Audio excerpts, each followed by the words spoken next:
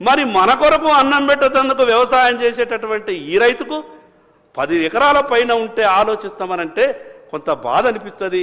ఆ రకమైనటువంటి ఆలోచనని విరమించుకోండి.